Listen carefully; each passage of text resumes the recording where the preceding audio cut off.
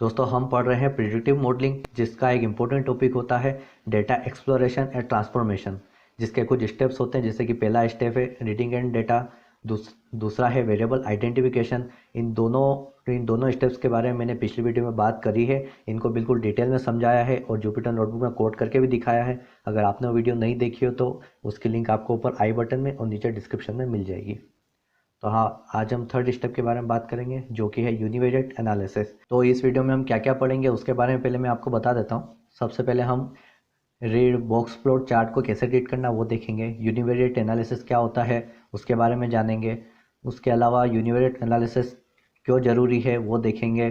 फिर हम देखेंगे कि यूनिवेरिएट एनालिसिस से आप क्या क्या कर सकते हैं, और लास्ट में हम इसको जुपिटर नोटबुक में कोड लिखे परफॉर्म भी करेंगे। तो आज की वीडियो में आपको बहुत कुछ सीखने को मिलेगा, तो लास्ट तक इस वीडियो को जरूर देखना, बिल्कुल भी स्किप मत करना।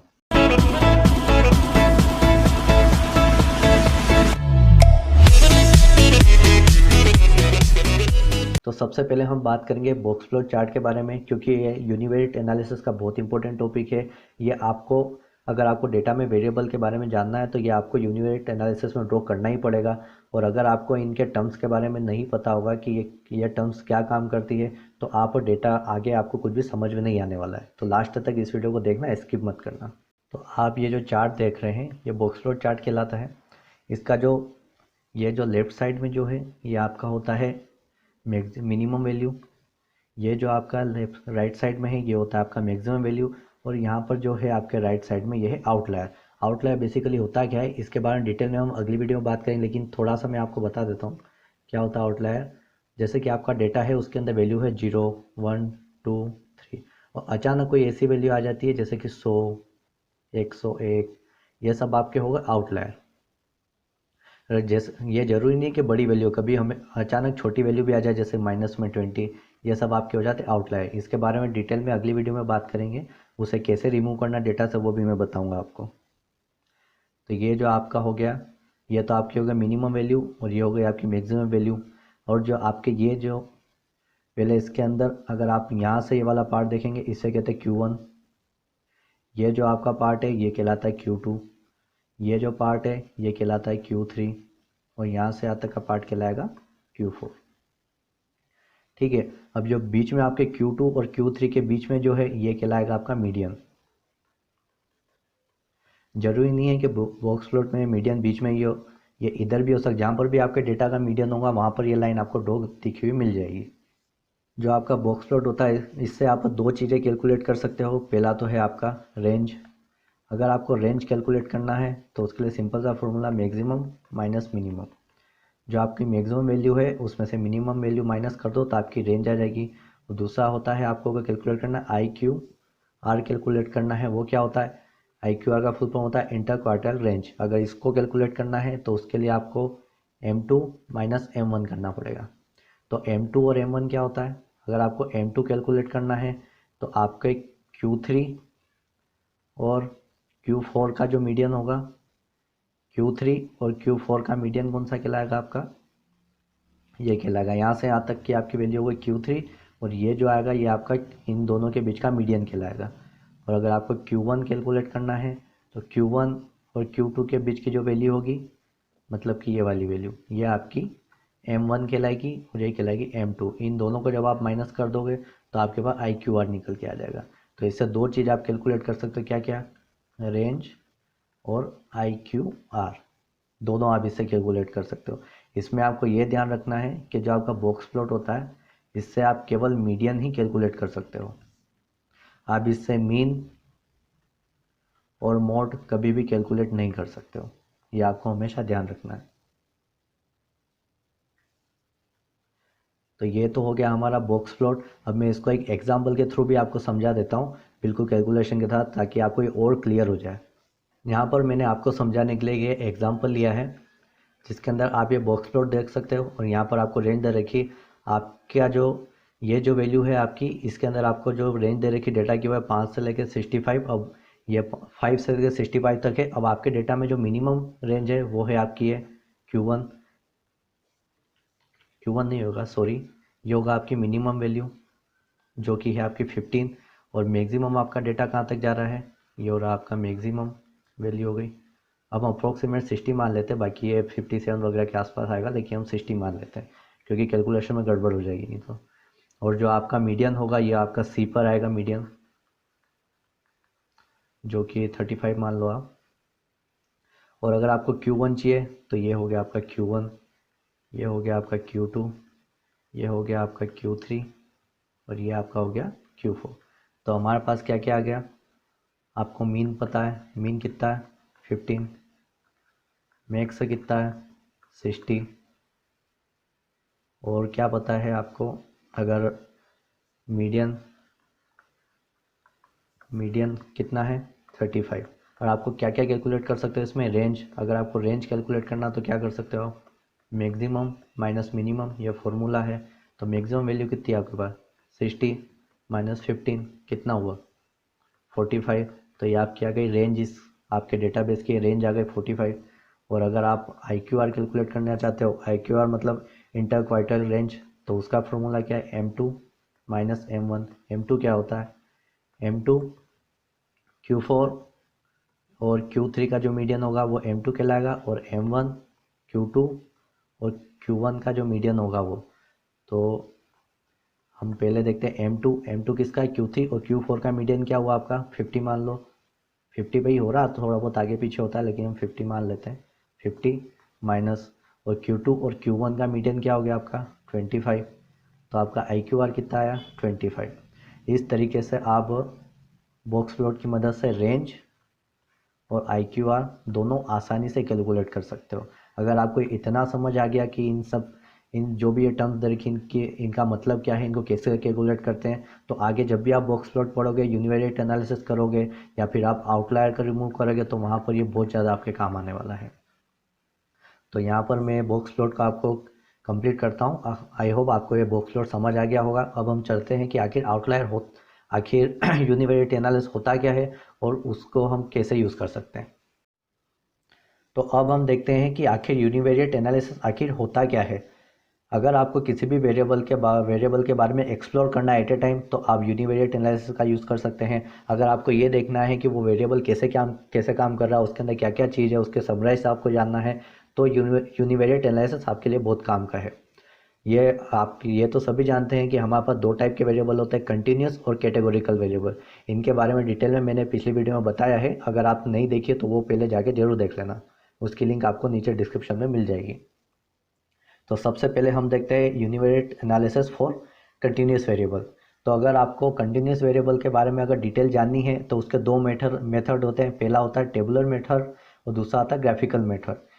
टेबुलर मेथड में क्या होता है, अगर आपको मीन, मीडियन या फिर स्टैंडर्ड डेविएशन जानना है, या फिर अगर मिसिंग वैल्यू के बारे में जानना है, तो आपको सिर्फ और सिर्फ डिस्क्राइब आपको लिखना है, तो ये सारी चीज़ें आपको बता देगा। और अगर आपको ग्राफिकल मेथड से आपको जानना है तो आप हिस्टोग्राम का यूज़ करके आप इसके बारे में जान सकते हैं।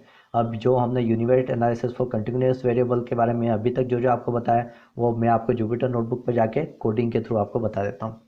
तो चलते हैं जुपिटर नोटबुक पे।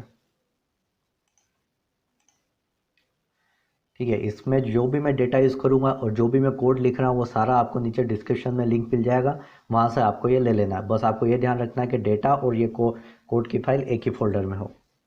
तो सबसे पहले हम देखते हैं, सबसे पहले आप इंपोर्ट करो, इंपोर्ट पांडास। ये आपकी लाइब्रेरी हमने लिख ली है। अब हम डेटा को स्टोर करते हैं, df is equal to pd dot read underscore. हमारे पास CSV फाइल है तो हम CSV लिख रहे हैं, आपके पास जो भी फाइल हो वो आप देख लेना। फाइल का नाम है डेटा डॉट CSV। अब इसे रन करते हैं तो आप देख लें हमारा डेटा परफेक्टली इसमें रन हो चुका है, मतलब इसमें फिट कर चुके हैं। अब हम हमारे डेटा का शेप देख लेते हैं कि क्या क्या है हमारे पास। तो हमारे पास 891 तो रो है और 12 कॉलम है हमारे पास। उसके बाद अगर आपको इनके कॉलम के बारे में जानना है तो df डॉट कॉलम्स और फिर एंटर, तो ये आपको इस डेटा के सारे कॉलम के नाम प्रिंट कर देगा। ठीक है, अब हम चेक करते हैं कि यूनिवेरिएट एनालिसिस जो हमारा था, वो यूनिवेरिएट एनालिसिस से आप कंटिन्यूस वेरिएबल के बारे में मीन, मीडियन, जो भी चीज़ें हमने देखी थी वो आप कैसे डिस्क्राइब कर सकते हैं। तो आपको सीधा लिखना है df डॉट describe, और आपको एंटर करना है। तो आप यहाँ पर देख सकते हैं, आप टेबुलर मेथड से आप ये सारी सिर्फ आप डिस्क्राइब लिख के आप पूरे डेटा का mean, medium, 25%, 15%, 75% mean, minimum value, maximum value, आप टोटल जितनी भी चीज़ें वो सारी सिर्फ डिस्क्राइब लिख के आप काउंट कर सकते हैं। आप चेक कर सकते हैं कि कहाँ पर मेरा मिनिमम वैल्यू है, कहाँ पर मैक्सिमम, सारा कुछ आपको दिख जाएगा।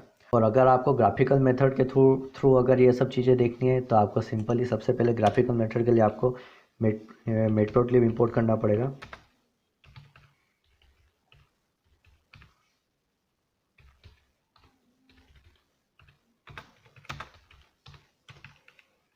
Percentage matplot run. तो हमारी ये भी लाइब्रेरी अच्छे से इंपोर्ट हो गई है। अभी हम कंटिन्यूस वेरिएबल के लिए लिख रहे हैं, तो हम एक कंटिन्यूस वेरिएबल ले लेते हैं, जैसे कि है हमारा एज। इसमें एज फ्लोट .hist। अब इसे रन करके देखते हैं। तो आप देख सकते हैं हमारा सक्सेसफुली हमारा जो हिस्टोग्राम है, हमारा हिस्टोग्राम है वो प्रिंट हो चुका है। तो आप यहाँ पर देख सकते हैं, ये आपके नीचे जो है वो सारी आपकी एज है, और यहाँ पर उस एज में कितने पर्सन है उनके बारे में डिटेल है। जैसे कि 20 में 175 के आसपास लोग हैं, तो ये सारा इसमें आप डिटेल देख सकते हैं। अब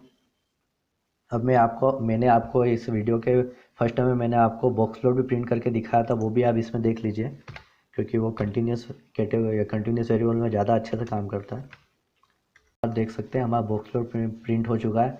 तो अब मैंने आपको वीडियो स्टार्टिंग में पहले ही बता दिया था कि बॉक्स प्लॉट कैसे काम करता है, तो अब इसे आप आसानी से समझ सकते हैं। ये हमारा हो गया मीडियन, ये मिनिमम वैल्यू हो गई, ये मैक्सिमम हो गई, और ये जो ऊपर आ रही है आउटलायर हो गई। ये हमारे डेटा में होने नहीं चाहिए। इसे कैसे रिमूव करते वो आगे मैं अगली वीडियो में आपको अच्छे से समझा दूंगा।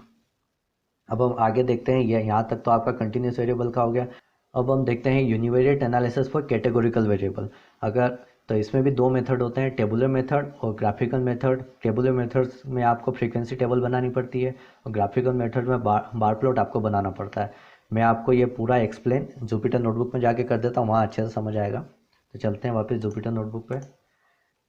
अगर आपको कैटेगरी का वेरिएबल अगर आपको देखना है, जो हमारा टेबुलर मेथड है उसके लिए आप काउंट यूज़ करते हो। कैसे? df कैटेगरी का वेरिएबल कौन सा हो गया हमारा इसमें, 6 dot value dot C count.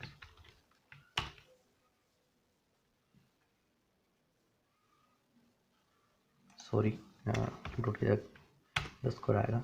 तो यहाँ पर आप देख सकते हैं काउंट इसलिए यूज़ करा क्योंकि जो हमारा सेक्स वैल्यू था उसमें मेल और फीमेल ये दो कैटेगरी थी। तो मेल के टोटल कितने थे 571, और फीमेल के टोटल कितने परसेंटेज 314। तो ये टोटल आपको प्रिंट करके दिखा देगा, इसलिए हमने काउंट्स यूज़ करा है। और अगला जो मेथड होता है वो होता है आपका, अगर आपको परसेंटेज में अगर इनको प्रिंट करना है तो वो भी सिंपल है, df। आपको ऐसे ही यही वेरिएबल ले लेना है, 6 डॉट वैल्यू अंडरस्कोर काउंट्स। ये तो आपको पूरा वैसे ही लिखना है। उसके बाद आपको इसका जो लेंथ है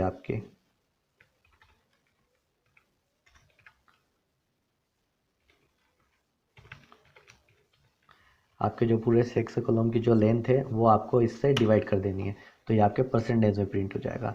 और अगर इसी को आपको बार प्लॉट में अगर आपको इसे बार प्लॉट बना के चेक करना है, अगर आपको इसे ही बार प्लॉट में अगर देखना है तो आपको सिंपल ही इसे कॉपी कर लो, कंट्रोल यूज पूरे को ब्रैकेट में ले लो और लास्ट में लिख दो डॉट प्लॉट डॉट बार, शिफ्ट एंटर। तो यहाँ देख सकते हैं आपके परसेंटेज में जो आपका है वो बार प्लॉट प्रिंट हो चुका है। और अगर ये परसेंटेज में आपका प्रिंट हो गया, अगर नॉर्मल भी आप इसे भी प्रिंट करना चाहते थे, जो आपका परसेंट है वो इसे भी आप प्रिंट कर सकते हो। यहाँ प्रिंट कर लो डॉट प्लॉट डॉट बॉक्स, अगर बॉक्स नहीं बार प्लॉट प्रिंट करना आपको, तो ये आपके इसका बार प्लॉट हो गया।